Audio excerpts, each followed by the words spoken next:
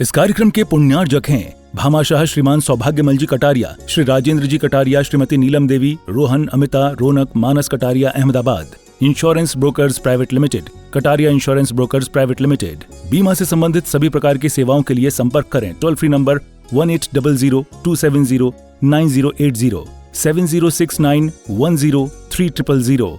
Mail ID support@policyleader.co.in, enquiry@kataria.co.in, online @policyleader.co.in। 24 घंटा किसका काम करते हो आप बताओ?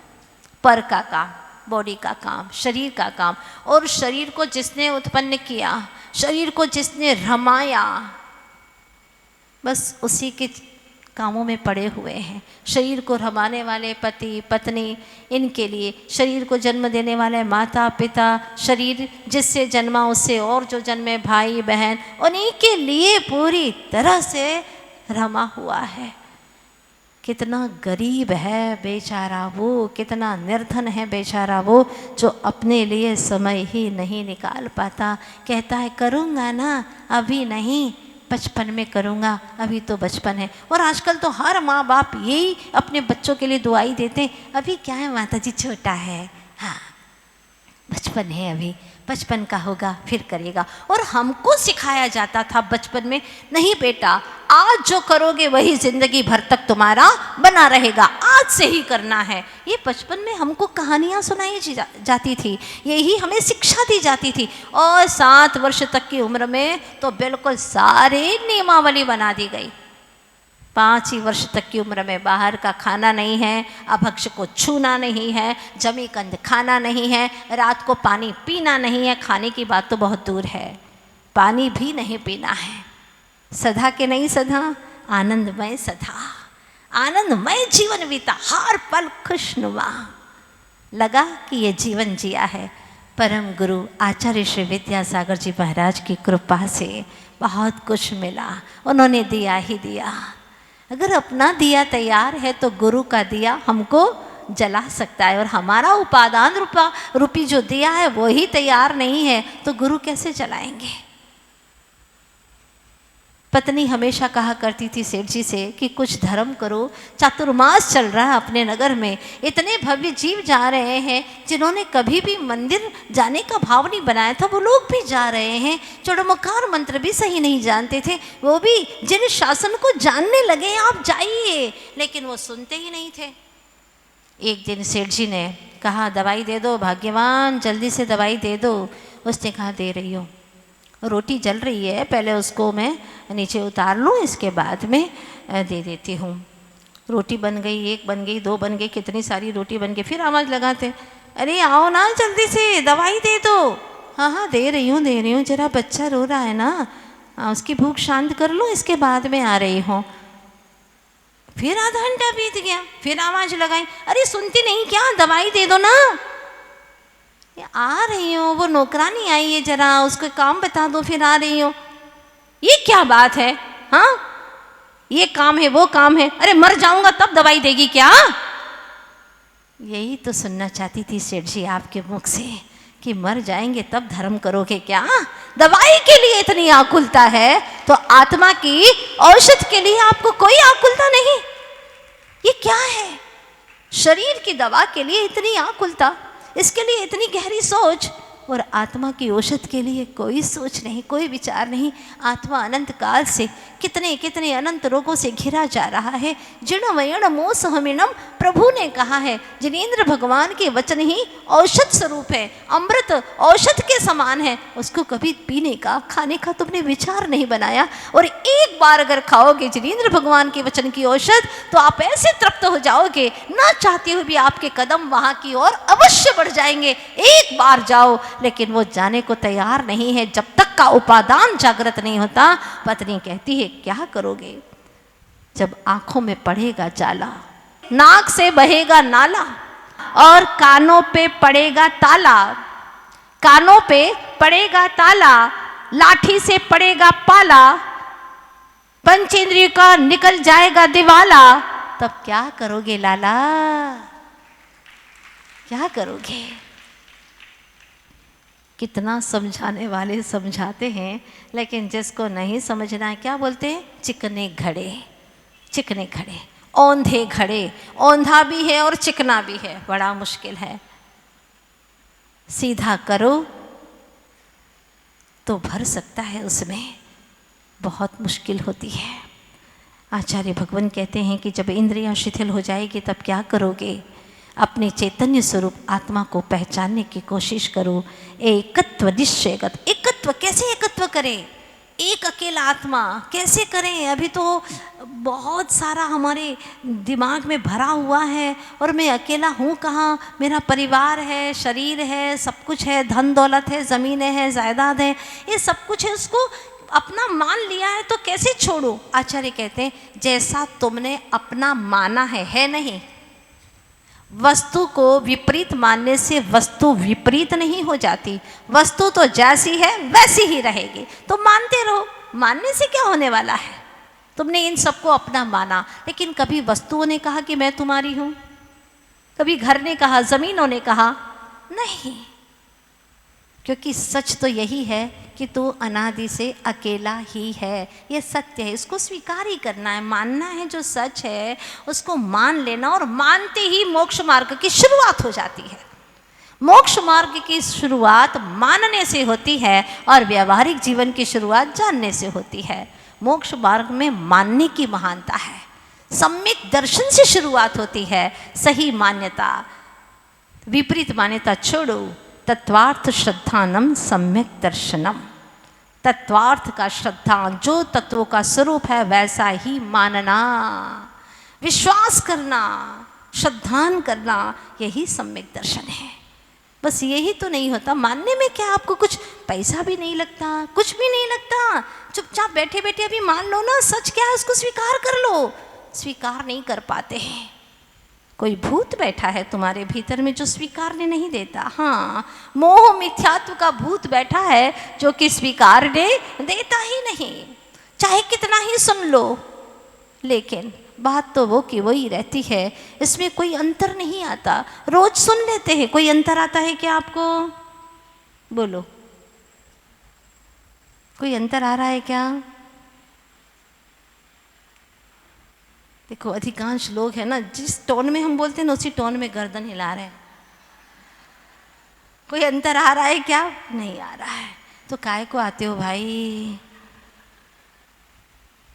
अब बदल जाएंगे। नहीं नहीं, आ रहा है, थोड़ा थोड़ा तो आ रहा है। सच क्या है वो तो आप भी अनुभव कर सकते। तुम्हारे भीतर में क्या परिवर्तन हो रहा है ये आप ही जान सकते। और ये यकीन मानिएगा, कुंद कुंद स्वामी ने अनुभव किया है कि मैं एक अकेली आत्मा, जहाँ पर कोई पर द्रव्य का प्रवेश नहीं, कर्म से भी संबंध है, ये व्यवहार है। निश्चय से, कर्मों से भी मेरा कोई संबंध नहीं है। निश्चय से, कर्म कर्म में है, आत्मा आत्मा में है। गाय के गले में रस्सी बंधी है। हाँ, गाय बंधी है कि नहीं? बोलो, गाय बंधी है ना? गाय कैसे बंधी हुई है? क्या गाय को बांधा है रस्सी से? रस्सी ने गाय को बांध दिया है? नहीं भाई, रस्सी तो रस्सी से ही बंधी है। ध्यान देना, रस्सी रस्सी से ही बंधी है। गांठ कहाँ लगी? गाय में गांठ लगी है क्या? अगर गाय में गांठ लग जाती तो उसको उपचार कराना पड़ता, दिखाना पड़ता। गाय के अंदर रस्सी की गांठ नहीं बन सकती, रस्सी की गांठ तो रस्सी में ही बंधी है। समझ में आ रहा है ना? ये समयसार ग्रंथराज है और इसको समझने के लिए उपयोग को शांत करना है, अंतर में निरीक्षण करना है। जिस तरह से रस्सी रस्सी से बंधी है, गाय से नहीं, फिर भी व्यवहार में कहा जाता है गाय को बांध दो। गाय को क्या बांधा? गाय तो वहां जाकर के खड़ी हो गई है। रस्सी से बांधने की जो क्रिया है वो भिन्न द्रव्य है, और जहाँ भिन्न द्रव्य है उसको निश्चय न स्वीकार नहीं करता। एक ही द्रव्य के विषय को करने वाला निश्चय नहीं होता है, भेद को विषय करने वाला निश्चय नहीं होता। थोड़ी बात समझ में आ सकती है आपको? रस्सी भिन्न है और गाय भिन्न है। वास्तव में रस्सी रस्सी से बंधी हुई है, गाय रस्सी से बंधी हुई नहीं है। फिर भी व्यवहार में कहने में आता है। तो आप जो कुछ भी कह रहे हैं ये सब मेरा मेरा मेरा, हम तुम्हारे हैं तुम हमारे हो। क्या गाते हो आप लोग? हम तुम्हारे हैं तुम हमारे हो। स्वयं तो भ्रम में पड़े हो और सामने वाले को भी भ्रम में डाल रहे हो। खुद तो पत्थर की नाव पर बैठे हो, खुद डूबोगे, लेकिन हम अकेले नहीं डूबेंगे, हम अपने सारे अपनों को लेकर के डूबेंगे। सब डूब रहे हैं, मजे से हंसते हंसते डूब रहे हैं। क्या दुर्दशा है इस जीव की। इस संसार का नग्न सत्य क्या है, देखो तो सही। डूब रहा है पत्थर की नाव में बैठ करके। बहुत सुंदर नाव है, एक लकड़ी की नाव है, पुरानी नाव है। हाँ पुरानी, रंग रोगन किया हुआ नहीं है, लेकिन पत्थर की नाव पर रंग रोगन किया, बारीक नक्काशी की है। जैसे मंदिर दिख रहा है ना आपको सामने, लकड़ी का मंदिर है ना, छोटा सा बहुत प्यारा सा, क्या नक्काशी है।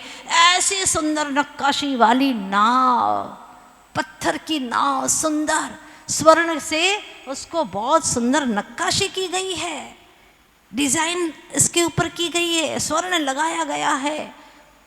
कौन सी नाव में बैठोगे? लकड़ी की पुरानी सी है, कोई नक्काशी नहीं है, पानी भरपूर है, नदी पूर पर बह रही है। कौन सी नाव में बैठोगे अहमदाबाद वालों, बोलो? हाँ लकड़ी की, सच्ची सच्ची बोलो। ईमानदारी से बोलना। ગુજરાતીમાં કહાવત છે ને, કોઈ પણ કર્મ કરો, બસ ધ્યાન એટલું જ રાખજો કે પરમાત્મા અને કર્મ ઓનલાઈન છે। हाँ प्रभु देख रहे हैं, जान रहे और कर्म भी जान रहे। बिल्कुल दिल से बोलना, बेईमानी नहीं करना। कौन सी नाव में बैठोगे? माता जी हम तो जो सुंदर दिखती है, हाँ बहुत सुंदर स्त्री ढूंढ करके लाए थे, दिखने में सुंदर, आ गई, बंटा ढाल कर दिया। हाँ काम करना जानती नहीं है, हुक्म चलाना जानती है, व्यवहार उसको कुछ आता नहीं है। कुछ बोल दो कि वो वहाँ से वो बेलन लेकर के आना, वो पूछती रहती क्या क्या लाऊं क्या लाऊं, वो लेकर के आओ। जानती नहीं है कुछ भी, नाम ही नहीं जानती है। इतनी माथा पच्ची करने से खुद ही उठ करके ले आना ज़्यादा अच्छा लगता है। क्या करोगे? अच्छे रंग रोगन देख करके लेकर के आ भी गए तो मुसीबत में पड़ोगे। इसीलिए गुणवान, गुणवती होना चाहिए, धर्म से युक्त होना चाहिए, संस्कारित होना चाहिए। कम सुंदर रूप है चलेगा, रूप तो कुछ दिन के लिए दिखने के लिए होता है, गुण तो जिंदगी भर तक के लिए टिकते हैं। ध्यान रखना, पहले के लोग गुणवती लाते थे, खानदानी लाते थे। आजकल तो कहीं से भी उठा के ले आओ, अच्छा दिखना चाहिए। वही पत्थर की नाव। तो बताओ ईमानदारी से, कौन सी नाव में बैठोगे?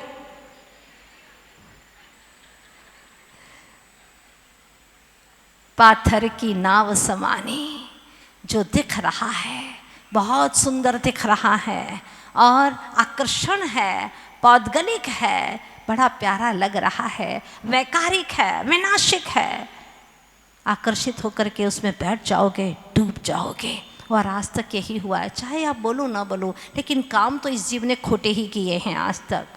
पत्थर की नाव में बैठा है और डूबता रहा। अभी भी वक्त है, अब इस जीवन में अच्छा सा कोई चूज़ कर लो, जिससे कि आप इस किनारे से उस किनारे तक पहुंच जाओ, वरना डूब जाओगे। वो नाव भी डूबेगी और आपको भी ले डूबेगी। कोशिश करना है, पुरुषार्थ करना है हर पल। ये जो जीवन मिला है फिर ना मिलेगा, कभी नहीं कभी नहीं कभी नहीं। हमारे ऋषि मनीषी कहते हैं कि यह जो एकत्व, अन्यत्व, स्वयं से एकत्व और पर द्रव्यों से अन्यत्व, ऐसा जो स्वरूपी आत्मा है उसका दर्शन करो, उसी की बात करो। तत्ब्रूया तत्परान पृच्छे तदिच्छे तत्परो भवेत्। उसी के बारे में पूछो दिन भर में, और कुछ चर्चा नहीं करेंगे हम, सहेलियों से मिलेंगे। और तुम्हें कैसा लग रहा है? समय सार की चर्चा में क्या समझ में आ रहा है? तुम कैसी हो, तुम मतलब तुम जो आत्मा हो ना, वो कैसी, क्या स्वरूप है, क्या समझ में आ रहा है, कुछ अनुभव में आ रहा है क्या? आपस में मिलते हैं तो क्या बात करते हो, और कैसा क्या चल रहा है, घर बार ठीक ठाक है कि नहीं, सासू तुम्हारी ठीक है कि नहीं, सासू पूछती बहू सब ठीक है कि नहीं। क्या मिलने वाला है फालतू की बातों में? ये पूछो कि तुम्हारी परिणति कैसी चल रही है इन दिनों में, धर्म में परिणति चल रही है, कैसा अनुभव हो रहा है? प्रातःकाल उठते ही तुम्हें कौन दिखाई देता है? कौन दिखाई देता प्रातःकाल उठते ही? क्या प्रभु की लगन लगी है? क्या जिन धर्म की लगन लगी है? जिन वाणी को श्रवण करने की लगन लगी है? पूछो एक दूसरे से, ये करो चर्चाएं तो कुछ मिलेगा। प्रातः काल से अगर प्रभु की लगन लग जाए तो दिन भर उसी में मगन होकर के निकालोगे, और प्रातः काल से शरीर दिखेगा तो दिन भर उसी शरीर रूपी भूत के अंदर ही अपना समय बर्बाद कर दोगे। अनमोल क्षण है। और आचार्य भगवान कुंद कुंज स्वामी यहाँ पर कह रहे हैं, एयत्त निश्चयगत, एकत्व, अकेले में आनंद है, मानो, इसको स्वीकार करो। तो आज कम से कम इतना मान करके जाओ कि अकेले में ही आनंद है। ये बात तो सही कही माता जी। हम जब अकेले थे ना, जब भी कभी आपके पास में आ जाते थे, जब से चक्कर चल गया हमारा, वो चक्कर लगवा दिए पंडे ने 7 चक्कर लगवा दिए, हम तो चक्कर में ही पड़ गए उसके। अब क्या है, 4 साल से आ ही नहीं पाए, जो साल में 4 बार आते थे। हमने पूछा क्यों नहीं आते हो? क्या वो सगाई हो गई थी, फिर शादी हो गई, फिर तो बर्बादी हो गई, और ये बच्चे और हो गए। ये सब कहने के लिए दोष दे रहा है पर को, सच में तो खुद का ही दोष है। बाहर में जितना पुरुषार्थ करता है, अगर उसका लाखों भाग भी आत्म पुरुषार्थ करता तो यह जीव आज भगवत्ता को प्रकट कर लेता। ओहो प्रभु आत्माओं, अपनी भगवत्ता को प्रकट करो, अब बर्बाद न करो यूँ समय को। एक एक समय बहुत कीमती है। प्रभु पुकार रहे हैं, आजा मेरे धाम में, तेरा भी यही धाम है, ये तेरा धाम नहीं है। यहाँ तो धमा चौकड़ी लगी हुई है कषायों की, दुख हैं, आकुलताएं, पीड़ाएं, समस्याएं, इन सब को छोड़ना चाहता है, इन सब से छूटना चाहता है। तो मन को शांत कर, समय सार का पान कर, बस इतना ही करना है। ओम Shanti. Bhamashah Shriman Saubhagyamal ji Kataria, Shri Rajendra ji Kataria, Shrimati Neelam Devi, Rohan, Amita, Raunak, Manas Kataria, Ahmedabad. Insurance brokers private limited, Kataria insurance brokers private limited. बीमा से संबंधित सभी प्रकार की सेवाओं के लिए संपर्क करें। Toll free number 1800-270-9080, 7069103000। Mail ID support@policyleader.co.in, enquiry@kataria.co.in, online@policyleader.co.in।